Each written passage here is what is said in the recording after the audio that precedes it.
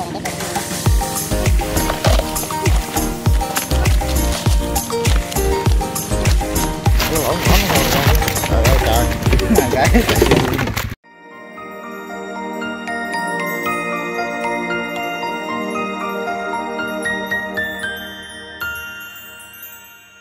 hình tôm lúa luân canh, hay còn gọi là mô hình con tôm ôm gốc lúa, đã không còn xa lạ gì đối với người dân ở vùng ven biển bị nhiễm mặn tại đồng bằng sông Cửu Long trong những năm qua. Đây được coi là mô hình sản xuất bền vững, ít rủi ro, thân thiện với môi trường. Tuy nhiên, thực tế cho thấy về mặt kinh tế hiệu quả mang lại chưa thực sự cao và chưa phát huy được các tiềm năng, lợi thế vốn có của nó. Điều này là do đa phần bà con mua phải con giống kém chất lượng, đất nuôi bị suy thoái sau thời gian dài sử dụng mà không được cải tạo kỹ càng. Từ đó, nguồn thức ăn tự nhiên cũng cạn kiệt dần, nguồn nước ô nhiễm, dịch bệnh cũng dễ bùng phát và trở nên phức tạp hơn. Vì vậy, trên hết, Bình Minh khuyến cáo bà con nên lựa chọn nguồn giống thương hiệu có uy tín cao. Dòng sú gia hóa Bình Minh kết hợp cùng sản phẩm hạt sinh học Phú Điền là sự lựa chọn sáng suốt, đảm bảo không chỉ về mặt con giống mà còn về chất lượng nguồn thức ăn tự nhiên lẫn môi trường nuôi phù hợp, giúp tôm nuôi khỏe mạnh và phát triển tối ưu. Yếu tố thứ hai cũng vô cùng quan trọng để có một vụ nuôi thuận lợi chính là việc cải tạo ao. Hôm nay, Bình Minh xin chia sẻ quy trình cải tạo ao nuôi đối với mô hình tôm lúa mà người nuôi tôm nào cũng có thể dễ dàng áp dụng và đạt hiệu quả cao. Cải tạo ao nuôi. Cải tạo ao nuôi là bước đầu tiên và không thể thiếu trong quy trình nuôi tôm thông thường. Để đảm bảo việc cải tạo ao đúng và đạt, bà con cần lưu ý thực hiện theo các bước sau.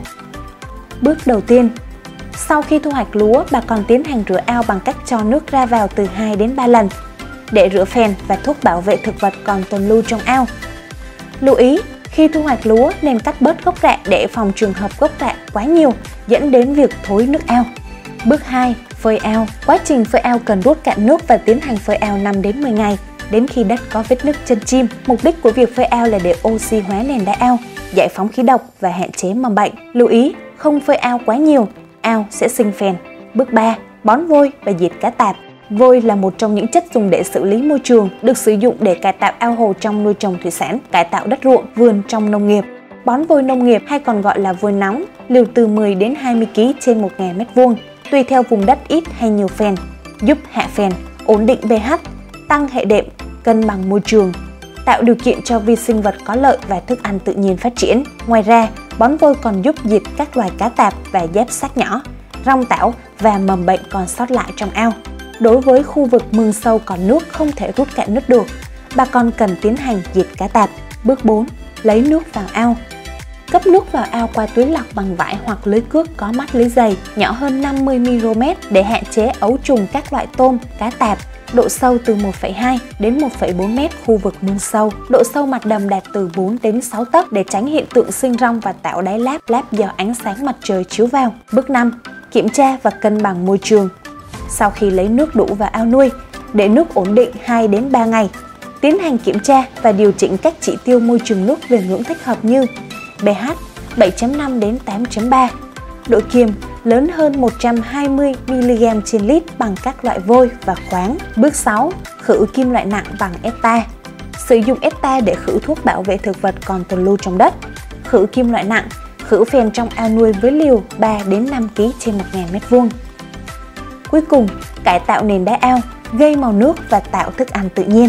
Do canh tác lâu năm cùng việc lạm dụng hóa chất và thuốc bảo vệ thực vật để cải tạo ao nuôi khiến tình trạng đất ngày càng trở nên bạc màu, thiếu dinh dưỡng và chất lượng nước xấu. Điều này làm ảnh hưởng rất lớn đến vụ nuôi. Bà con nên sử dụng hạt sinh học Phú Điền để giải quyết các vấn đề trên. Hạt sinh học Phú Điền giúp cung cấp vi khuẩn có lợi, ổn định màu nước và tạo thức ăn tự nhiên như Kobe Boda, chun chỉ, ốc gạo. Đối với ao nuôi, lần sử dụng đầu tiên 4 kg trên 1.000 m², 4 ngày sau sử dụng 2 kg trên 1.000 m², định kỳ sử dụng 1 kg trên 1.000 m², 7 ngày trên lần. Trên đây là một số kinh nghiệm hữu ích mà Bình Minh mong muốn gửi đến quý bà con. Chúc bà con có một vụ mùa bội thu. Bình Minh, giống tốt tôm to giúp cho dân giàu. Liên hệ hotline để được hỗ trợ tư vấn 1900 86 68 69.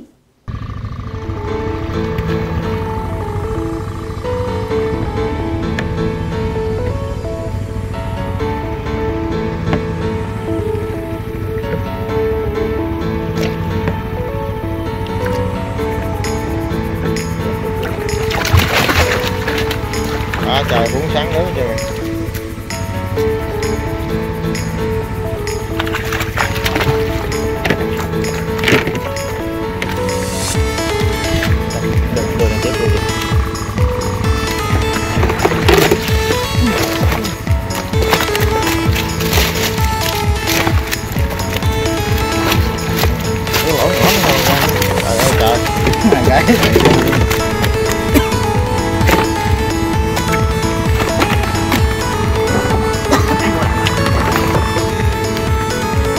Trái này 25 kg.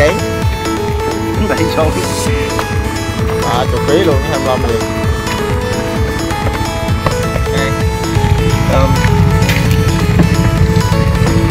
Chú Bình Minh. Tình cảm.